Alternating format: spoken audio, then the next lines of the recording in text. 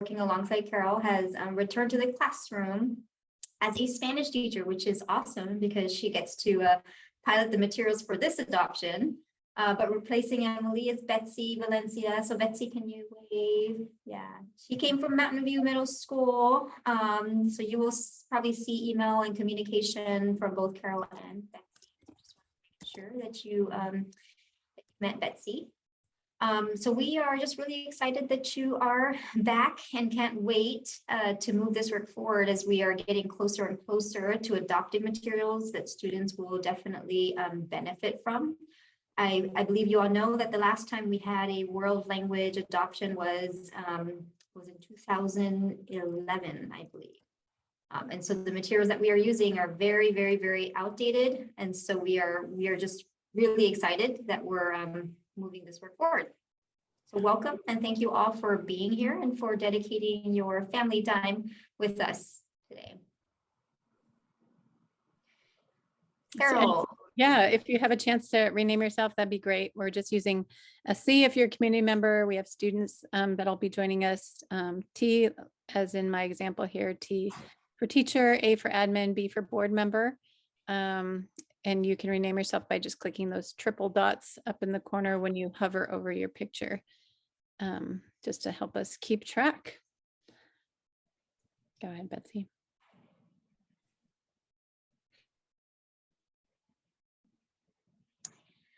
All right, and our land acknowledgement for this evening. We acknowledge today that the Tualatin Kalapuya people were the original caretakers of the lands where we teach. We are reminded of the cultural and linguistic history and diversity of our region and our world, and we keep this awareness present as we engage in this work. So just like with anything that we try to do, any decisions we make, any adoptions, we are strongly encouraged to use our Beaverton School District equity lens, and we wanted to make sure that you had this front and center.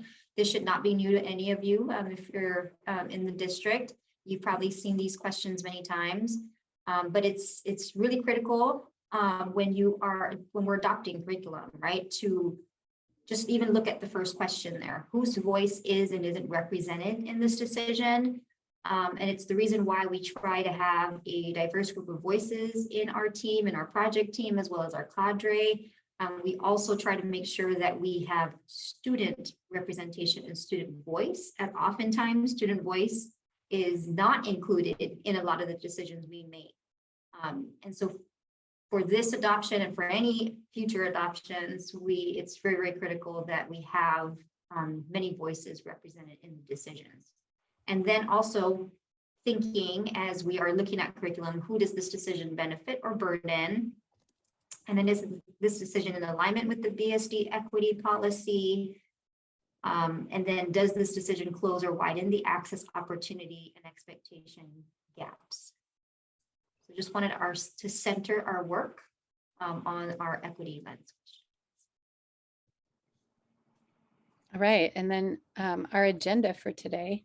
And we are recording our meetings. These are all public record as part of our quality curriculum cycle. We're going to do some welcome and introductions. We'll talk about our outcomes for this year and kind of review what we were able to accomplish last year. And then we'll go over our piloting plan that's currently happening and the overview for this fall. And then we'll have an ASL update from Yvonne, and then we'll talk about our next steps. So real quick, we're going to go around the room and we're going to introduce ourselves. Rebecca Larson has just joined the TOSA team this year, and we're excited to have her. She will be going through an adoption, and we will be joining her. She's just jumping into the first steps of the adoption process now. So she's joining us in our second year of this process, but it's going to give her a really powerful lens on how all of this works. And she has children, like many of us have children, and it is the evening. So no worries about that. Go ahead and introduce yourself. Hi, sweetie. Hi, everyone. I'm Rebecca Larson. Yes, I'm coming out of Sunset. I taught there for 10 years, and I'm excited to see what you all are doing in the second year of your adoption cycle. So thank you so much for having me. And this is my youngest. I have 3. This is Waveland. And she's very excited to be here. I told her she could be by me as long as she had her headphones on. Let's see, I think Sean Parker.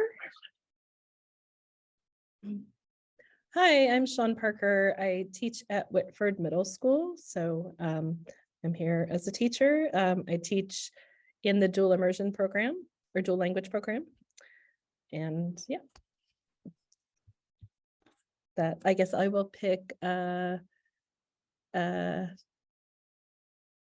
not sure how to Same. Did I say it right? I don't know. Tell me how to say it. I'm sorry. You said it how my mom says it. Congrats. Yay. Aw, that's awesome. My name's Sam. I go by Sammy, but that's my mom calls me Summit.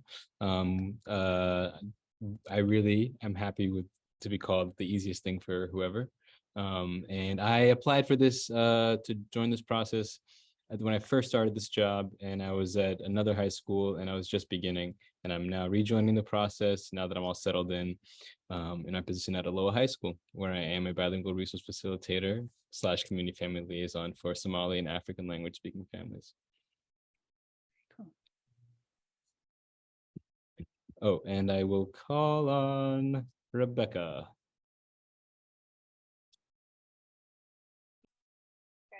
Good evening, everyone. Hello, I'm Rebecca Bear. Oh, sorry, right? Would you have 2 Rebeccas? Are we the only 2? Because sometimes there's more. I'm currently an assistant principal at Mountainside High School. I started in Beaverton School District in 2004 as a French teacher. And so I've kind of gone back and forth between French and social studies in my teaching career, and have done both and have been an administrator for the past 5 years. But second languages are near and dear to my heart, and sometimes first languages, depending on the person, right? And I support their learning in school and everything that has to do with them. So that's why I'm here. And I call on Edward. Thanks, Rebecca. Nice to see you. My name's Edward Prindle. I inherited my job from Rebecca, and I'm a French teacher at Southridge High School, where I've been for the last 8 years. And before that, I taught briefly at Stoller, and then before that at Cedar Park, where I taught French and Spanish. I am a part of the world language cadre, so I've been working in this process for a year, I guess, or so. It's been a real learning process for me, a really great process in terms of learning more about best practices, some of the theory, or some of the, I guess, doing some readings and stuff like that related to best practices and learning world languages, the brain, and all that, those kind of things. So it's been great professional development for me. And then I'm really glad to be a part of the kind of the decision-making process, kind of for the foreseeable future, at least for the next, long time. So I'm glad to be a part of this. And then as a community member here, I guess, kind of broadening the conversation to see a different group of people talking about the same subject. So that's me. I will hand it off to, how about Kristen? Kristen McCartney. I'm part of the digital curriculum teaching and learning. And I was going to say my connection to this work as well as Beaverton. I'm a product of Beaverton schools. I was one of the fortunate 8th graders that we got to take Spanish 1 and then have it count towards our high school credits. So I took Spanish all the way through. So I'm here to help think about how do we interact with adoptions and the digital world. And then also as a community member, I've got two kiddos that are at Five Oaks, and they'll be taking world language. My 8th grader will be taking world language next year, probably. And I'm going to pick Betsy. So I'm Betsy Valencia. I'm a secondary TOSA with Carol and the MLD. And I'm super happy to be here. This is very exciting work. And I'll pass it on to whose hand? Karen. Hi, everyone. I apologize because it took me forever to figure out how is it that I can raise my hand again. I guess it's just that time of the afternoon. I am a TOSA in the my name is Karen Muller. I use she, her pronouns, and I'm a TOSA in the multilingual department. My expertise is usually elementary, but I'm here trying to I don't know, participate in the world language cadre. So super excited to be here. Thank you all for being here too. And Giselle, I think that you came in after I did, so I know that you might not have had a chance to introduce yourself. So I'll let you go next. How you doing? I don't know what I'm doing, but I'm here. I made it. Yeah. Yay, welcome. We're just Sorry. saying our connection to BSD. Yes. Okay. Is that in multilingual department? Yeah. Okay. Well, I have been teaching for, I don't know, 27 years, and my focus has been working on Spanish immersion, dual programs, and the last 15 years in the Sunset High School as a world language teacher, teaching Spanish and IB Spanish. And I noticed through my entire career, even in whatever school I have been working at, the need of the cultural piece connected to the language. So I think that language and culture must be together, in my opinion. And the working with the curricular programs and the new adoption, I think, is something that I'm very passionate about. And I know Carol and Rebecca, how you doing? And Toshiko, and I don't know if I'm doing this right, but here I am. Thank you. It's good to have you here. Thank you, Giselle. Thank you. All right. Toshiko? Yeah, I just realized that I welcomed everybody. I didn't really introduce myself. So yeah, Toshiko Rizzi, administrator for multilingual programs and here in Beaverton. And prior to this role, I was the assistant principal at Whitford Middle School and then principal at Meadow Park Middle School. But I also was a Spanish for native speakers teacher and an ELD teacher as well. So, welcome. And we still have Yi. I don't know if you're available, ready to present. And we also have our ASL interpreters who are here for Yvonne. Hopefully she'll be able to join us shortly. If not, in the meantime, I'll introduce myself. I'm Carol Baltasar. I'm one of the secondary MLD TOSAs, and I've been in the district since 2007 at the elementary level for 9 years, at the high school level for 4 years, and at the middle school level for just over a year, and now at the MLD. And I'm excited to be continuing this work. I feel like even though this is like the beginning of year 2, it feels like the home stretch anyway, because we've accomplished so much already. And to see materials in hands of teachers finally, and see that starting to happen in the classroom. And that just feels really, really good. Thank you everybody for this. This project team is super important in this process, and we're just glad everybody's taken time out to be here. So we also have our bio slides. So if you have not filled out a bio slide, you can do that. The link is there in our slides for tonight, and I will put those in the link to the slides in the chat. All right, and then we're going to do a little bit of an activity just to loosen up a little bit before we dive into some more of the meaty work of the evening. Go ahead. All right, so we're going to just pop into breakout rooms and have chats with people that have similar ideas as us. So the activity is zoomed to your room. So first you're going to read the options. We'll put up a slide with some options.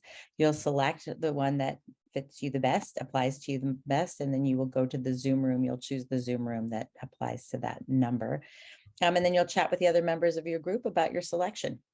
and you are encouraged to share stories and photos. So let's go to the next slide. And Carol, you've got the Zoom rooms ready to go? Ready to go. Okay, so if you traveled outside of the United States over the summer, you will choose 1. If you traveled outside the state over the summer, you'll choose 2. If you traveled around Oregon over the summer, choose 3. And if you stayed close to home over the summer, choose 4.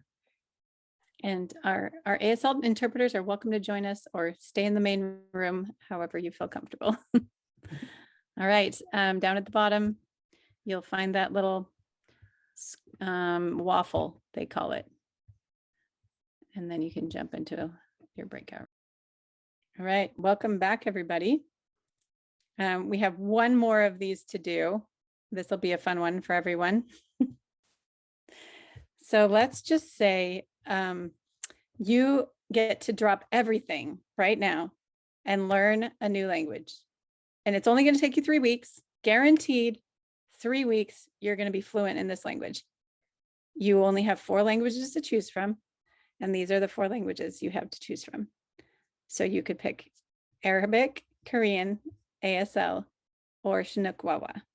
So which one would you pick to learn in the next 3 weeks? Guaranteed, drop everything and learn that language. So back into your breakout rooms, and then you just kind of chat with each other of why'd you pick that one? Ready, set, go. Thoughts you have on that?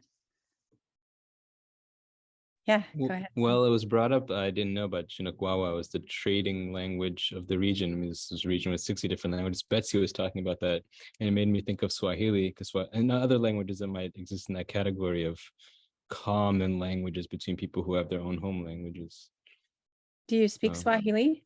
No, I was exposed to it when I lived in Kenya. I was Okay. born here, but I lived in Kenya 0 to 6, and I tried learning it in college, and didn't work. It's not an easy one. I was in Kenya as well, and I tried to pick up as much as I could, but it was more like, I couldn't just ask for a dictionary or, some sort of verb book to go with it. It was more like people I met were writing down things phonetically for me to practice and memorize. So Real hard Scrabble Swahili right there. Yes, it's interesting, but it was fun. I still remember a few things, but not enough to have any super deep conversations. Same. Rebecca, there you had. I just want to let you know, I put in the chat to you directly, Carol Yvonne's number. So Thank you. Yeah, that sounds good. But we also had a great conversation, so I didn't mean to dismiss that. Well, I think Toshiko, this next part is probably you anyway. So I will call Yvonne while you do that, and we are recording again. Perfect.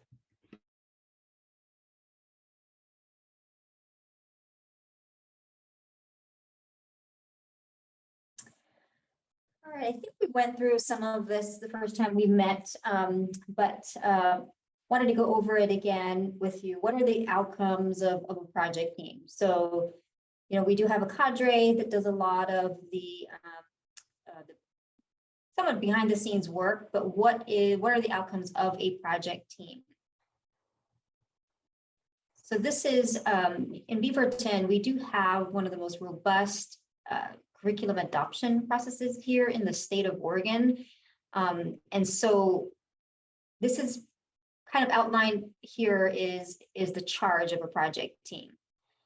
We made sure to indicate which ones we've somewhat completed already.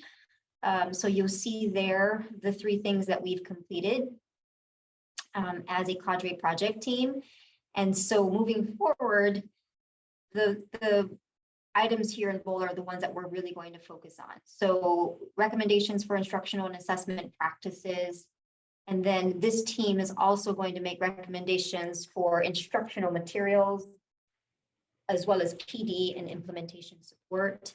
And then also look at budget implications. So as teams are piloting curriculum and presenting to this team, you folks will make recommendations that will then go in front of the board.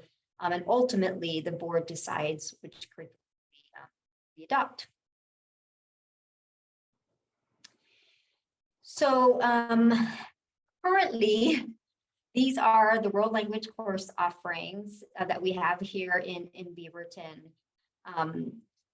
the questions that the four corner questions previously that we did, we asked about Arabic, ASL, Chinagwawa, Korean. It is our dream, as a multilingual department to have more languages offered. Just quick facts, in the state of Oregon, there are 160 different languages spoken in the whole state of Oregon. Here in Beaverton alone, we have 103 of those 160 languages just in Beaverton alone. So we are, if not the most linguistically diverse districts in the state of Oregon. And so the fact that we only have these languages offered, right? Just makes us pause a little. Are we really serving the community? Are we really adjusting to meet the needs of our community? And so our hope is through an adoption process and through a dual language feasibility study that we're looking into, that hopefully we'll be able to expand to offer more either dual language options or more heritage language options for our students and our families. So. And some of you who are in Spanish classes or teach Spanish, we still have the Exprésate, which currently is out of print now. In Japanese, this is the curriculum that they use. We also have integrated Chinese, French, which is also out of print. And then we currently at this time do not have any adopted materials for ASL. So our ASL teacher has been kind of pulling from what she has and what she knows to be able to serve our students. So this is currently what we have, which is really why we have to go through this process to adopt new curriculum. These are our current BSD standards that we use now. And I know that at some point we're going to talk about, these are the. You want me to just go forward? You're not going to go through them yet? Yeah. I think you guys all know the current standards, really looking at reading, writing, speaking, listening, culture. And then these are Oregon State World Language Standards that is tied to ACTFL standards. So this is just an example of the new standard, ACTFL standards here and the goal areas. So the document is a lot longer, but this is just one example that, we try to focus on communication, but looking at interpersonal, interpretive, and presentational communication skills as well. So before we embarked on this world language adoption process, we really wanted to ground ourselves on, okay, what is it that we want this world language adoption to do for us? What is the purpose? What are the parameters? And we wanted to make sure that the adoption aligns to the mission of the multilingual department, that really values that speaking more than one language, right, is an asset. And we know that because we are very, very linguistically diverse as a district, our community is changing, our demographics are shifting. We really need to start promoting multilingualism, multiculturalism. It's a must in order in the future to compete globally. We also wanted to make sure that that the world language adoption also aligned to the position paper, guiding principles, and best practice that we created when we adopted the ELD curriculum. We did a lot of background work and research on second language acquisition. And so we really wanted to make sure that the world language adoption aligned to those principles and best practices. And what we found when we went through the world language process, we created guiding principles and best practices, but they really were aligned. And you'll see that second language acquisition for ELD is very similar to second language acquisition for world languages. We also wanted to make sure that the adoption incorporated key learning on the science behind acquiring another language. We often look at observable behaviors when teaching language. But we needed to make sure that our educators understood what's happening in our brain when we are acquiring language. What's happening to students' brains, right? When they are acquiring language. What is the science behind that? Which regions of the brain are activated, and how can teachers ignite, those the brain function so that students are able to acquire language. So, and then the next thing we wanted to make sure that the adoption did was that we wanted educators to understand the differences between learning a language and acquiring language. And there are differences between those two pieces. We wanted it to involve the investigation into the social cultural impact of acquiring another language. And I think it was mentioned in a group that when you're learning a language, you're also learning the culture, and language, culture, and identity all kind of come together. And so want to make sure that the adoption looked into that piece and how culture fits in. I mentioned the next piece is identity, and then also just promote and encourage global perspectives.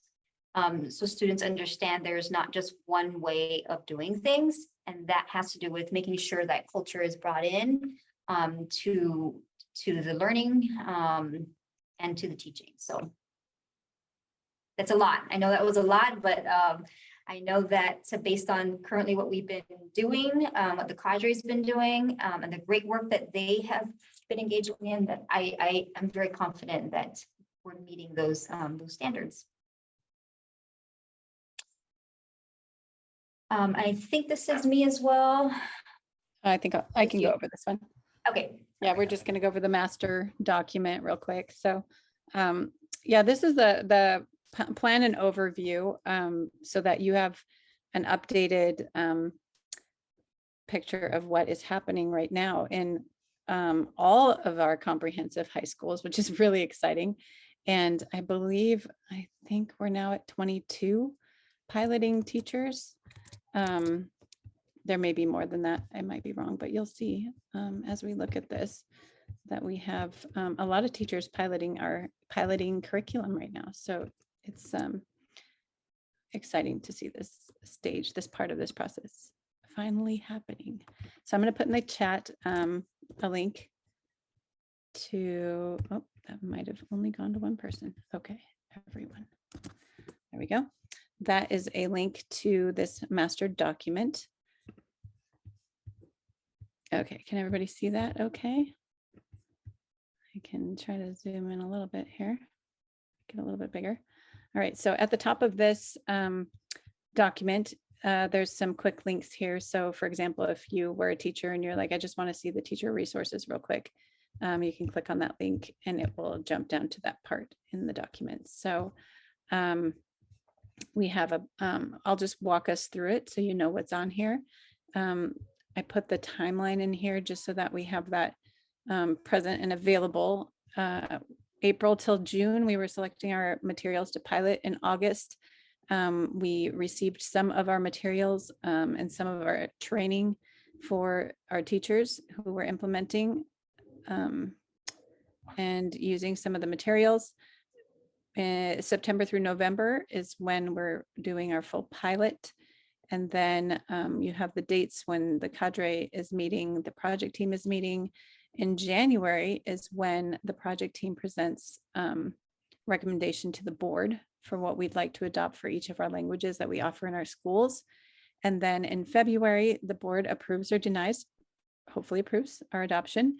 And then in March, we start the purchasing process. And then April through May begins our PD for our world language teachers. And then the spring and summer, we're receiving materials and delivering materials to schools. And then in the fall of 2023, this is the most exciting thing. We finally have full implementation of our new curriculum. So that's kind of an overview of the timeline. And then today we have our September meeting. We will, if Yvonne is able to attend, she will show us a little bit about the curriculum that she's using and recommending. If she's not able to attend, I will walk us through that a little bit. And then in October, our Chinese and Japanese teachers will share their recommendation. And then at our November project team meeting, you will hear from our French and Spanish teams. And the big difference between all of these is that ASL has one curriculum that they're recommending, ready to recommend. Chinese and Japanese as well. They know which curriculum they'd like to recommend and use. And then French and Spanish are currently doing, as you'll see below, piloting 2 different publishers. So we're piloting Vista Publishing or piloting Wayside Publishing. They're 2 different companies that offer very good resources for our French and Spanish courses. And we're just piloting both, so we have a better picture of what resources are available to us as teachers, and then also what the student experience looks like, and to figure out which one is going to be better for our district, our schools, but especially for our students. You have the cadre meetings here and the project team meetings. Edward is our one representative that gets to go to both. Thank you, Edward. And then, of course, Betsy and I will be at both, and Toshiko will join us as well.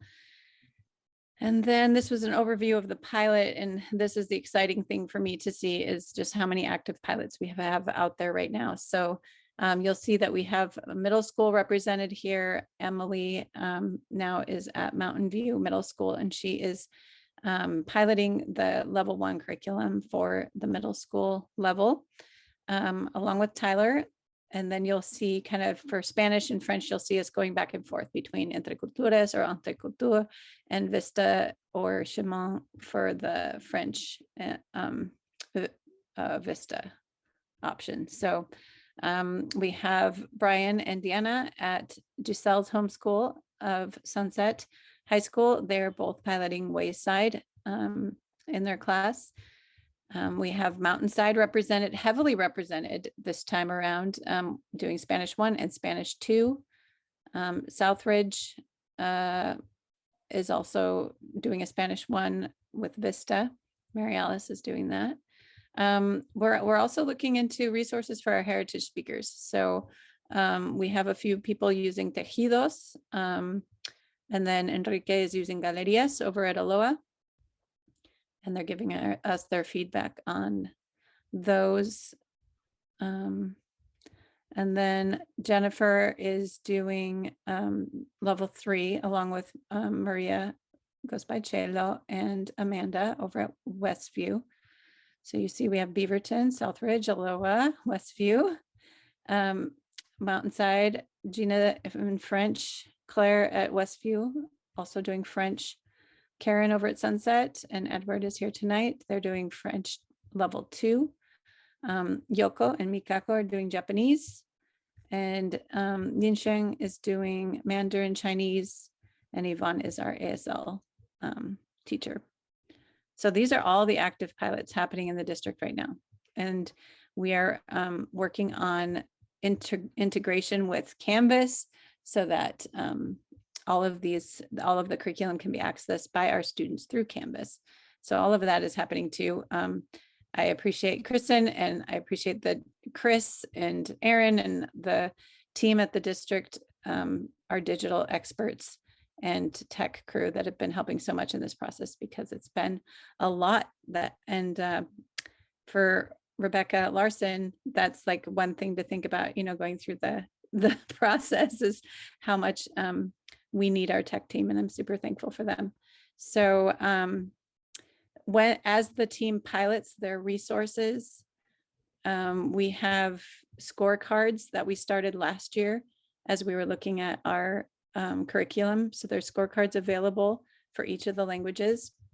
And then they also have a discussion guide. So this discussion guide basically has, and you can click on it. If you don't have access to it, I will make sure I change the access.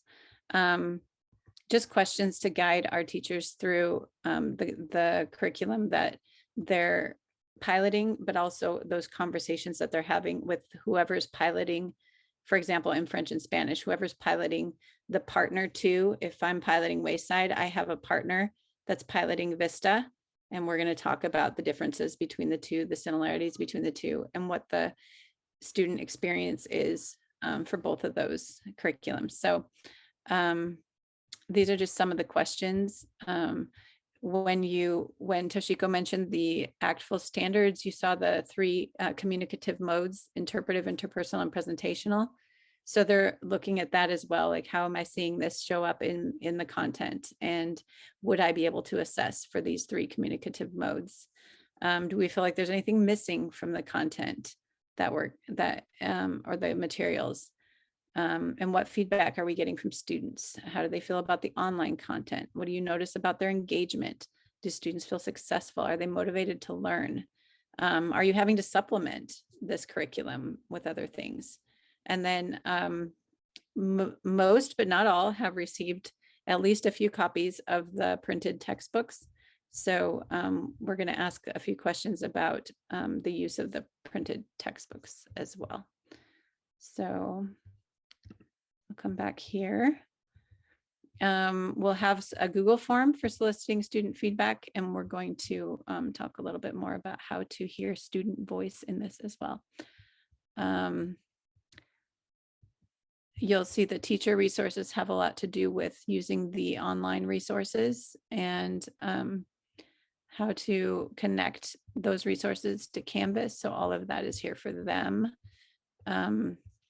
Fluency Link is the digital piece of the Chinese and Japanese adoption. And then we have Signing Naturally. And we're going to keep adding to this document as we go. We've got some frequently asked questions down here from our team. So those are on there as well. But this will be the document that we kind of just keep adding to as we go. And you can always refer to it if you have questions or just need a reminder of something that we've talked about in our time together. So I don't know if you have questions about that, but I do know it's 5:32 and everyone could probably use a break. So you can stay and ask questions. You can put questions in the chat. You can take a break and turn your camera off and then come back in about, let's say it's 32. Let's come back at 5:45. Thanks, everybody. Could I ask a quick question? Sure. So I liked the chart that you had shown of all the questions, I guess. And I have to admit to multitasking a little bit. So are those questions that the teachers are asking themselves in relation to the potentially adopted materials, or are they questions that are really more around the use of the ACTFL, learning standards and stuff and applying them? Yeah, so I think the questions are more for, well, in the case of Spanish and French, they're kind of asking their partners in the groups that they're talking to, because if I'm piloting Wayside, I have a partner piloting Vista, and we're going to talk about the differences between the two publishers and the resources that they offer based on these questions, like what's the student experience, these are also questions that, for example, our Japanese and Chinese teachers, we've already asked ourselves these questions if they've been using a older version of some of these resources.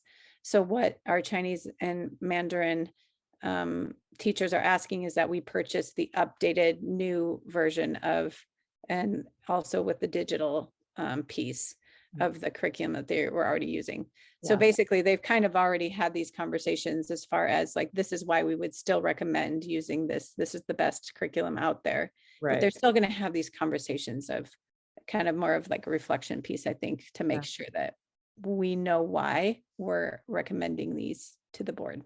No, I love them. I kind of wish that I had had them just for my own like professional development reflection as a teacher. I feel like I'd be a much different teacher of French today had I feel like there's a lot of things I've learned, not even in language, but just in general, but I appreciated the questions a lot. I thought I could see them being really helpful. All right. Okay. So like I said before, in September, this is the ASL presentation. October, you'll see Japanese and Chinese. In November, you'll have a representative from French and Spanish. And then currently piloting for ASL, Yvonne is our only ASL teacher, so she gets to pilot the resources. And then I'll talk about what that looks like. So what Yvonne is recommending is this Signing Naturally. I'm trying to move pictures out of the way. There we go. Okay. And I don't know, I have BHS on here. She's not at BHS. So she's going to be piloting Signing Naturally. And you can click on that on your the slides and see what that looks like, you're welcome to dive into that. But basically, she's been using some of the Signing Naturally resources, but has not had full access to the digital content.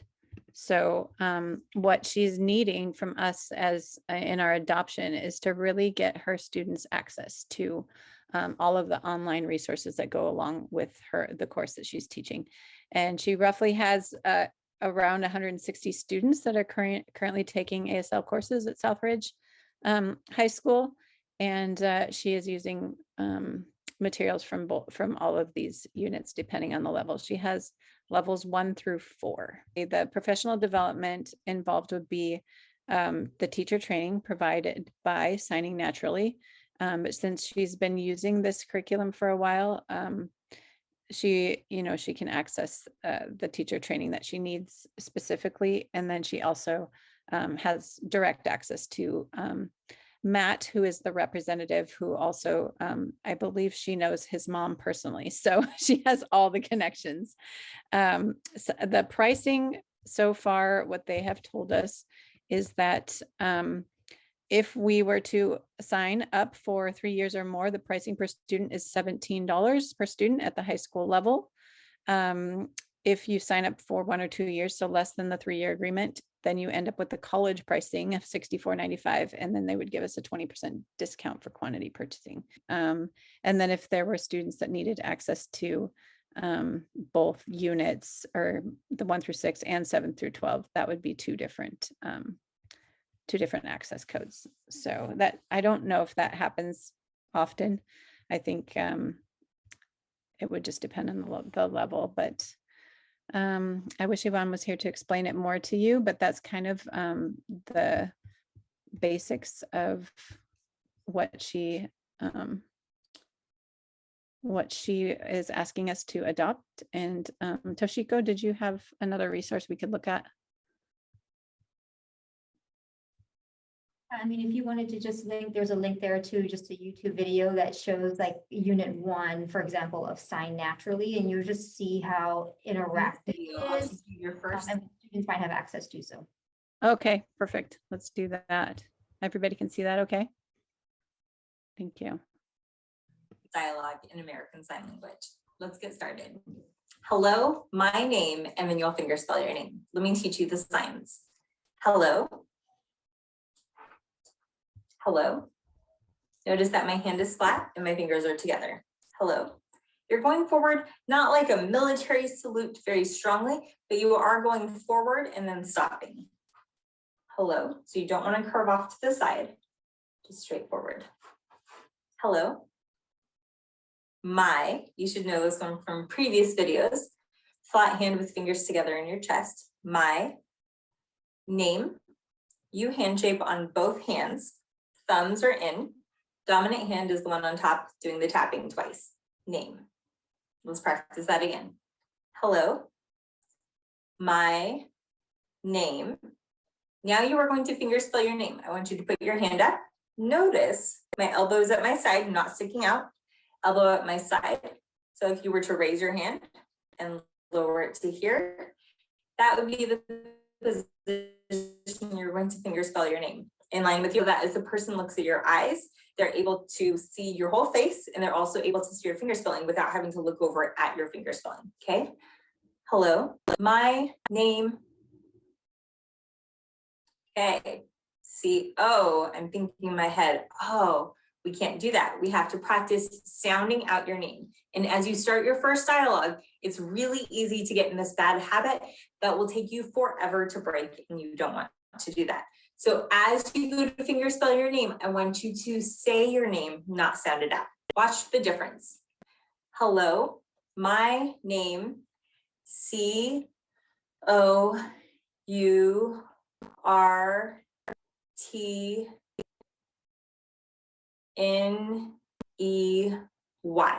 Now notice most people, as they're doing the sound, saying it in their mind, they're stamping it forward, or they're thrusting it forward, or hitting it forward. You don't want to do that. So as you say your name, it will come out a lot smoother, even if it's slow, which is fine. support me. Okay, so notice how smooth that was and how still my hand is. Okay, so Thanks for putting that in there, Toshiko. That's helpful to see. And I know one of the things that Yvonne said is that she really, she had been using the resources that she had from before, but they were also on DVDs or CDs, and asking the kids to take a DVD or a CD with them is not going to work anymore. So she's also been in contact with the tech team over at Southridge to make sure that she has the tech resources she needs in her classroom as well to access all of the digital content and the online curriculum that would go along with the resources that she's asking for. So I'm excited for her students more than anything else. I'm excited for her, but she's been teaching this for a long time. I'm just really excited for her students to have access to this. And these would be, things that, as we talk about things like having the students have opportunities to practice at home and outside the classroom, this would be a great opportunity for them and a great way for them to do that. So that's that. And the next slide is really just if you have any questions. So I won't share again, but if you have any questions on ASL. Are they going to have the same timeline for training and using the materials like the other languages? Yeah, so each company is doing something a little bit different, and then we have different numbers of teachers teaching each language, right? So Yvonne actually doesn't have access to all of the online curriculum yet. They are, I believe they said mid-October, we should have her doing a full experience with her students. So based on the company, there's different options as far as how long our pilots can be, how expensive the pilots are, how many people, how many students. So they've given access to all of her year 2 students, which will be 55 to 60 students that will be piloting the full digital experience of Signing Naturally. And that will be October, November that she'll be able to have access to all of those resources. And then her training will be individualized because she's the only teacher, and it will be through Signing Naturally. And then our other teachers will have our French and Spanish teachers will have their training in April and May with the new curriculum. And then our Japanese and Mandarin teachers will have their training through probably the same time in April and May with the new curriculum. Yeah. My second question, do this program has also the cultural piece embedded? That would be a great question for Yvonne. But yes, I will ask her that and make sure that she can get back to us on that. Yeah. Yeah. Thank you for asking that.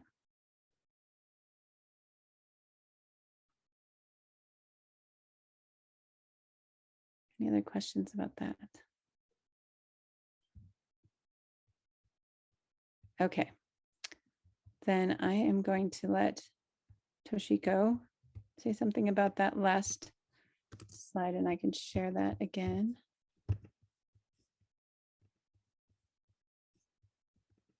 Yeah, so we are, I was actually just at 5 Oaks today visiting a Spanish classroom, wanting to get an idea of what's happening in world language world. And so, yeah, we would love an invitation to observe in a classroom, interview a teacher, interview a student. We are looking to do a study on the pilots. So there are several pilots that are going on, as Carol mentioned. And so we would like to get in to see how the pilot is going.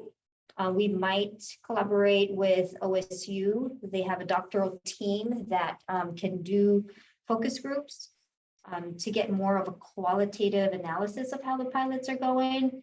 So as the teachers are utilizing the curriculum, we would pull together interviews. We would interview teachers as well as students as they are experiencing that curriculum or that pilot. So we don't have all of the details yet figured out, but we wanted just to mention that it is a possibility that we will be doing some qualitative analysis of the pilot so that we could then inform the project team as well as the board when it comes down to making a decision on the actual curriculum that we adopt. Going back to the equity lens questions, right? Whose voice is or isn't represented in the decision. Through the focus groups, we want to make sure that when we're piloting that curriculum, we are hearing from key people that are either teaching the curriculum as well as experiencing that curriculum. So just be on the lookout for more information around a potential qualitative study and focus group with the pilots. Yeah, and I think, you know, if you're tied to a school, connected to a school in one way or another, you can go back to the master document, look at who's piloting. You know, Giselle, you can walk to G Hall and, you know, check in with Deanna and Brian and see what their experience is. And, you know, Sam, you have Enrique over there at Aloha.